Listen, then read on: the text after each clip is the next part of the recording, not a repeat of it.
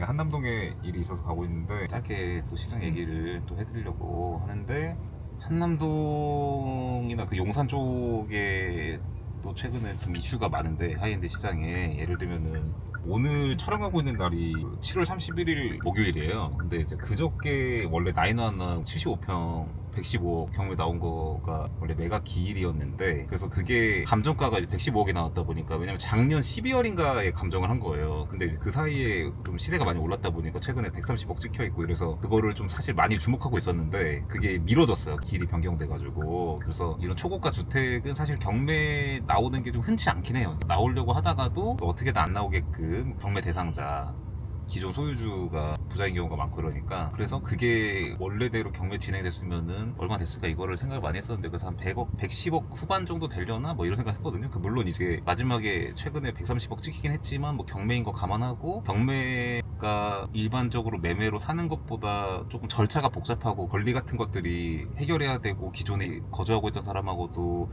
뭐 협의해야 될 수도 있고 이러다 보니까 약간 더 싸야지 메리트를 느끼는데, 원래는. 근데 사실 이번 같은 경우에는 경매로 받음으로써 이점이 좀 있는 상황이었어요. 토어제도 뚫을 수 있고 갭 투자도 할 수 있고, 나인원은 전세 가격이 높은데 지금은 일반 매매로는 갭 투자를 못하니까 그 이점을, 전세 가격 높은 이점을 못 살리는 상황이었는데, 그게 살릴 수 있으니까 이런 것들이 버무려져가지고 얼마일까, 그래서 뭐 어쩌고저쩌고 해가지고 제가 이제 117, 118 되려나 했는데 이게 미뤄져가지고 요게 조금 아직 더 주목을 해봐야 되는 상황이고, 그 한남동 가는 길이다 보니까 그런 생각이 났고, 또 에테르노 용산이라고 지금 이제 한참 파크사이드가 최근에 분양했다가 계약률이 뭐 적내 많니 뭐 요런 것들이 이슈가 되는 이제 그 정도 시기로 볼 수 있는데, 왜냐면 청약한 지가 뭐 2주 정도 됐으니까. 근데 이제 그 바로 옆에 그 크라운 호텔 부지에 원래 RBDK가 그 더피크 도산 시행했던 그 RBDK가 현대건설이랑 같이 매입해가지고 처음에 도시형 생활주택 분양한다고 했다가 29세대짜리 그 고급주택 개발한다고 했었는데,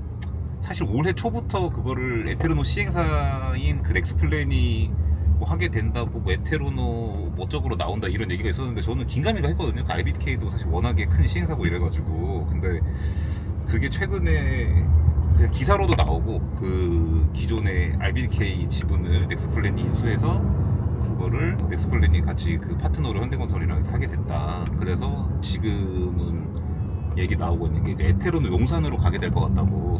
그 주택 29개, 오피스텔 4개 이렇게 나오게 될 것 같아요. 그래서 제가 지난 그 시황 영상에서 그쪽 섹터, 그 용산 섹터에서 중요한 게 이제 용산공원이랑 국제업무지구랑 그 녹사평대로 라인, 신동아파트부터 수승보 부지, 파크사이드, 그리고 크라운 호텔 이렇게 이어지는 이제 그런 애들이 좀 새로운 부촌으로 되는 이런 게 포인트라 했는데, 사실 그 중에서 벌써 파크사이드랑 크라운 호텔은 또 속도도 좀 빨라요. 지금 얘기 나오고 있는 게 빠르면 올해 말 착공 막 이런 상황이라서, 그런 것들이 제가 지난번에 말했던 것보다는 조금 더 플러스 되는 상황이라고 볼 수 있고, 그리고 사실 객관적으로 봐도 지금 에테르노가 이제 고급주택 브랜드 중에 좀 굉장히 최상위 느낌이 나니까, 그거를 최대 지분을 이제 현대건설이 반을 갖고 있는데, 그 크라운 호텔 부지 2,000평 정도 되는 거에서, 그래서 현대건설이 에테르노 청담도 그렇고 압구정도 그렇고 뭐 송도도 그렇고, 송도의 힐스테이트 송도더 테라스라고 그런 것도 이제 넥스플랜이랑 같이 하면서 호흡이 좀 괜찮았나 봐요. 그래가지고 그거를 마침 RBDK도 매각 의사가 있고 그런 게 맞아 떨어져가지고 에테르노 용산으로 나오게 되는 것 같은데, 넥스플랜이 참여하게 되면서 사업 속도가 빨라져가지고 이게 어떻게 좀 시장에 반영이 될지, 이런 것들이 이제 그쪽 섹터에서 좀 중요하게 보고 있는 상황이라고 보면 됩니다. 사실은 저는 그 전부터 이제 에테르노 용산, 뭐 에테르노 이태원 이런 이제 가칭으로 좀 봄쯤부터 그 언급이 됐었어요. 그래서 제가 아닐 거라고, RBDK가 그러니까 이게 아닐 거라고 생각했던, 그러니까 결론은 이제 넥스플랜이 인수를 하게 되는데 아닐 거라고 생각했던 그게 뭐였냐면은, RBDK가 최근에 더피크 도산 때문에 어려운 건 맞았는데, 그때 그 더피크 도산이 수요가 없어서 어려웠던 게 아니라 시공사를 못 찾아서 어려웠었잖아요. 그리고 제가 최근에 계속 얘기했던 것처럼 최근에는 이제 금융이랑 그 PF랑 시공사를 못 찾아서 어려운 거가 거의 대부분인데, 그 중에서 또 이제 그 PF 쪽에서 중요한 게 이제 시공사랑 수요가 중요한데, 어쨌든 시공사가 이제 큰 틀에서 중요해요. 근데 시공사를 못 구해서, 왜냐면 헤르조겐 드메롱이 설계를 어렵게 했다 보니까, 설계 특화형으로 너무 이쪽으로 갔다 보니까 더피크 도산이 어려웠는데, 저희 크라운 호텔은 아예 현대건설이랑 같이 하는 거니까, 파트너니까 지분을 같이 갖고 있는 그런 공동 시행 같은 개념이니까 메이저 시행사랑 메이저 시공사랑 아예 같이 시행을 하는 건데, 그런 시공사적인 리스크가 없는데 저 카드를 버리겠냐. 더피크에서 그 시공사가 엄청 그거를 고생하고, 더피크랑 크라운 호텔이랑은 이제 사업이 만약에 크라운 호텔 만약에 어려워진다고 해도 그 이유가 다른 건데, 이런 생각이었는데 결국에 아마 더피크 도산에서의 그 사업 장기화되고 이런 영향으로 뭐 자금 확보의 일종으로 아마 이제 저 크라운 호텔 지분을 이제 매각하게 되지 않았을까 싶어요. 근데 아무튼 이제 어떤 이유 때문인지 모르는데 RBDK가 매각을 하게 되고, 넥스플랜, 그 에테르노 시행사인 넥스플랜이 인수를 하게 되면서 사업이 빨라졌어요. 그래서 이제 빠르면 올해 말에 이제 착공을 할 걸로 보이고, 이제 그쯤에 이제 분양을 할 것 같아요. 그래서 저는 올해 안에 좀 메이저 고급주택 상품이 분양이 나오는 게 있으려나? 이런 생각을 사실 요즘에 많이 하고 있었는데, 파크사이드는 이제 그 오피스텔이기도 하고 그런 하이엔드 수요층이 메인 거주용으로 쓸 법한 그런 용도는 좀 아니니까 그랬는데, 이제 아마 에테르노 용산이 이제 올해 가기 전에 하이엔드 시장에서 좀 주목을 받을 만한 그런 프로젝트라고 보이고. 맞아 이 얘기를 한 게 아니라 파크사이드 얘기하고 있었는데, 그러니까 지난 영상에서는 그러니까 분양성이 조금 떨어질 것 같다고 예상하는 이유를 좀 짧게 설명했어요. 지난번에는 이제 그거를 좀 중점적으로 설명하는 영상이 아니었어가지고, 그래서 그때는 그냥 가격이 높은 거에 대한 거를 받으세요.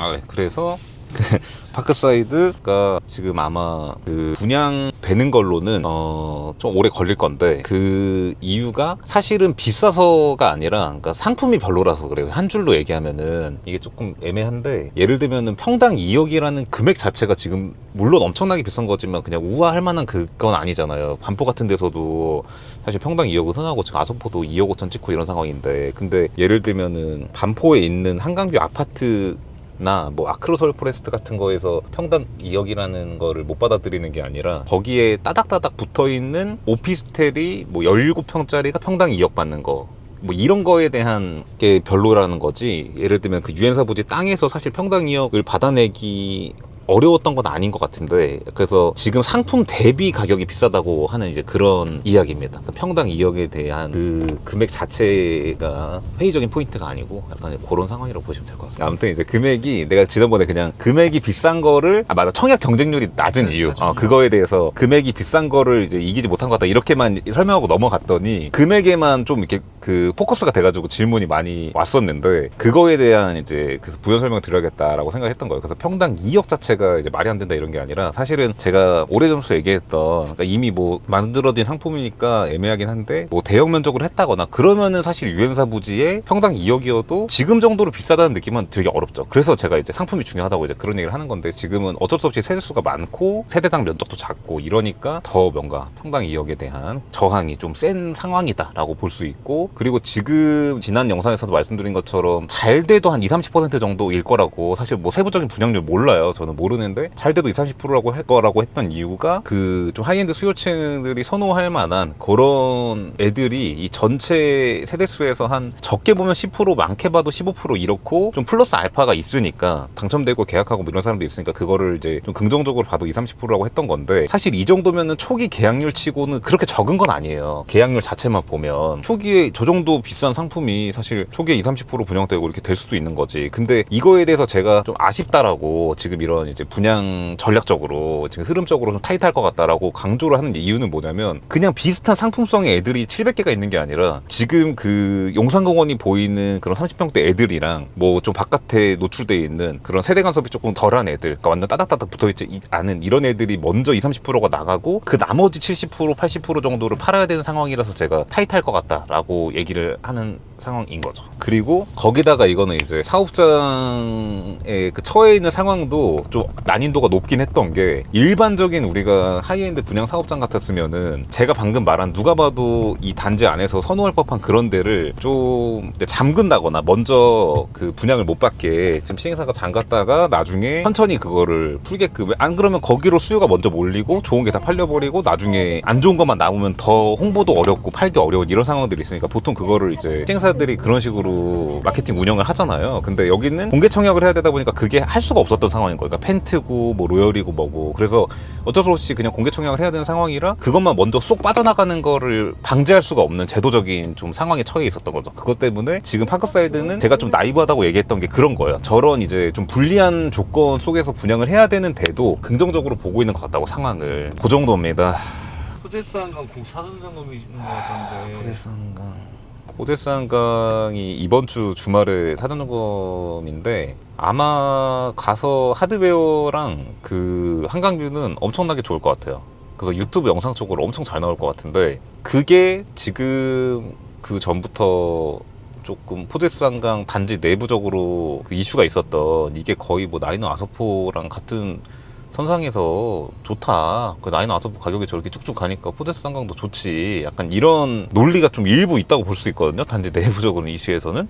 근데 사실은 그게 하드웨어랑 한강뷰로 되는 게 아니라, 사실 지금 나이너 아서포를 사람들이 더 선호하는 이유가 이제 그런 게 아니잖아요. 사실은 이제 입지가 중심지에 가까이 있는 이런 이유 때문인 거라, 어디가 좋고 나쁘고랑 느낌이 떠나서 같은 계열이 아닌 거예요. 그냥 포제스 한강 그 자체로 좋은데, 그래서 나이너 아서포 같은 것들이 많이 가면은 긍정적인 영향 주는 건 맞아요. 왜냐면은 그런 100세대 언저리 정도에서 이런 고급 주택으로 나온 아파트 형태, 그러니까 30세대 미만 이런 거 말고, 왜냐면 요즘 젊은 수요층들은 좀 단지가 있는 형태를 좋아하고 이런 건 맞긴 맞으니까. 그래서 이제 긍정적인 건 맞긴 한데, 제가 얘기하는 거는 사전 점검 안 가봐도 하드웨어 엄청 좋을 거고 한강뷰 좋을 건데, 왜냐면은 시행사가 MDM이고 시공사가 DLENC라서 사실은 포인트가 뭐냐면은 사업 주체가 되게 힘이 있는데 시공사는 거의 우리나라 탑급이에요. 그 거의 DLENC랑 삼성물산이 거의 그냥 실질적인 시공 능력으로 최상이라고 보면 되거든요. 근데 그런 데서 아예 맡았으니까 그냥 보나마나 유튜브 영상 쪽으로 볼 때는 사실 우리가 중심지에서 핫한 그런 하이엔드 주택보다 더 좋을 수도 있어요. 근데 그게 시장 추이에 크리티컬한 영향을 주기는 어렵다라는 거죠. 근데 플러스 요인은 무조건 맞긴 맞아요. 그래서 사전 점검 때 실제로 사람들이 가보고, 그리고 시행사가 또 준비도 많이 했을 거고 당연히, 왜냐면 지금 미분양분이 남아있는 상황이니까 당연히 엄청 신경을 썼겠죠. 저희 루시아 청담 오사적 더 리버처럼, 루시아 청담 오사적 더 리버도 지금 준공 그 입주하기 전에 이미 한 세대 아예 그냥 인테리어랑 홈스타일링 다 해놓고 보여주고 영상 찍고 이러는데, 그 내부가 좋으니까 반응이 좋잖아요. 어쨌든 노출도 많이 되고, 요즘은 부동산 중개업체에서 거의 유튜브도 많이 운영하고, 이제 그런 데서 찍으면 그게 수요층한테 그 마케팅이 많이 노출이 되니까. 그래서 포제스도 그렇게 될 것 같아서 분양하는 거에 어쨌든 플러스는 맞을 것 같은데, 애초에 그러니까 나이너 아서포와 포제스를 분류해서 보는 사람들이 이걸 분류해서 보는 이유가 하드웨어가 별로일 것 같다, 뭐 단지가 작을 것 같다, 뭐 한강뷰가 별로일 것 같다, 이런 게 아니라 이제 내가 선호하는 입지가 아니야, 이거가 이제 제일 큰 요소이기 때문에, 하드웨어가 예상보다 엄청 좋고 한강뷰가 엄청 좋아도 그 크리티컬 영향을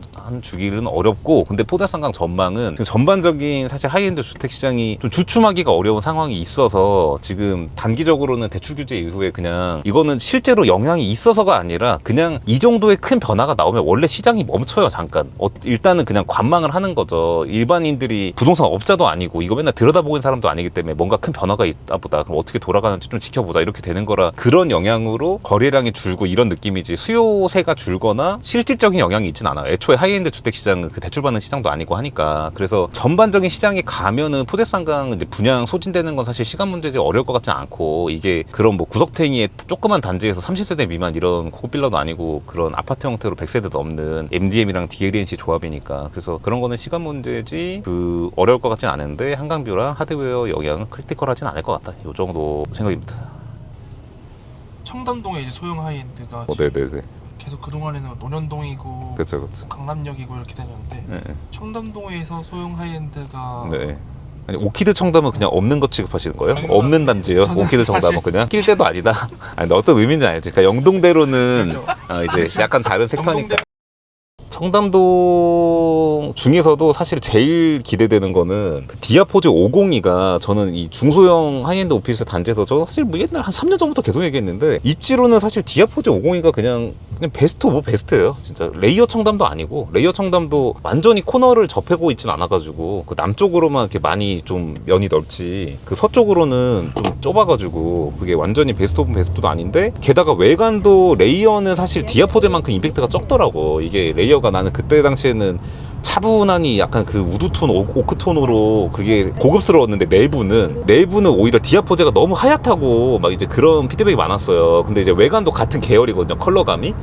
근데 그 레이어가 그 컬러감으로 외관까지 가니까 약간 눈에 좀 덜 띄더라고요. 그래서 이 소형 하이엔드는 좀 명품, 그 블링블링한 명품 같은 좀 그런 맛이 좀 장점이 될 것 같은데, 디아포즈에 502는 건물이 예뻐가지고 외관도 잘 나왔어요. 그리고 거기는 그 올해 초인가? 그 수분양자들한테 내용 증명 보내가지고 그 이슈가 됐던 적이 있는데, 그거를 불리한 내용이 아니었고 수분양자들한테 오히려 유리한 내용이 왔어요. 이거를 오히려 업그레이드해서 추가 시공을 하겠다 뭐 이런 내용의 그 안내문이 왔었어요. 그래가지고 최근에 이제 임대 시장이 어려운 만큼 뭔가 더 신경을 쓰려고 하는 듯한 그런 느낌이 들었어서, 아마 하나를 보면 열을 안다고 이제 그런 준비를 많이 했던 것 같아요. 그래서 디아포즈의 오들들도 물론 이제 같은 섹터로 좋지만 제일 기대가 되는 거는 502가 거의 좀 지표처럼, 지금 그 PD님 물어본 것처럼 청담동 오피스텔들 어떻게 가냐 이런 방향 같은 거 볼 때 디아포즈 502가 거의 바로미터지 않을까라고 생각하고 있습니다. 좀 다음 달 이쯤가? 8월 이제 한 달 정도 후에 이제 본격적으로 좀 보일 것 같으니까. 근데 당장 그 입주 시작하자마자 이제 관심이 많이 쏠리긴 어렵고, 그거는 이제 디아포즈 502 상품성 때문이 아니라 전반적인 시장 영향이니까 뭐 뭘 알아야지 와서 이제 뭐 핫할 텐데, 근데 이제 리뷰가 쌓이고 뭐 영상이 노출되고 하면서 디아포즈 502가 내부가 잘 나오고 좀 운영적인 것만 좀 잘 돼주면은 그래도 관심을 많이 받을 것 같은데, 그래서 최근에는 임대 시장이 그래도 그 전에 비해 많이 나아지고 있는 느낌인 것 같아서 그냥 그런 정도의 상황이라서 좀 지켜봐야 될 것 같다. 근데 논현동 이제 그런 데보다는 조금 더 확실히 1인 주거보다 그 플러스 알파 수요가 좀 더 있을 것 같거든요. 청담동, 아니 청담 사거리 코너 이런 데는, 그 논현동 이런 그 원주로 라인 이런 데는 좀 1인 주거용 월세 이런 게 좀 많았다고 볼 수 있고 그렇습니다. 목적지에 와서 한번 마무리 해보도록 하겠습니다.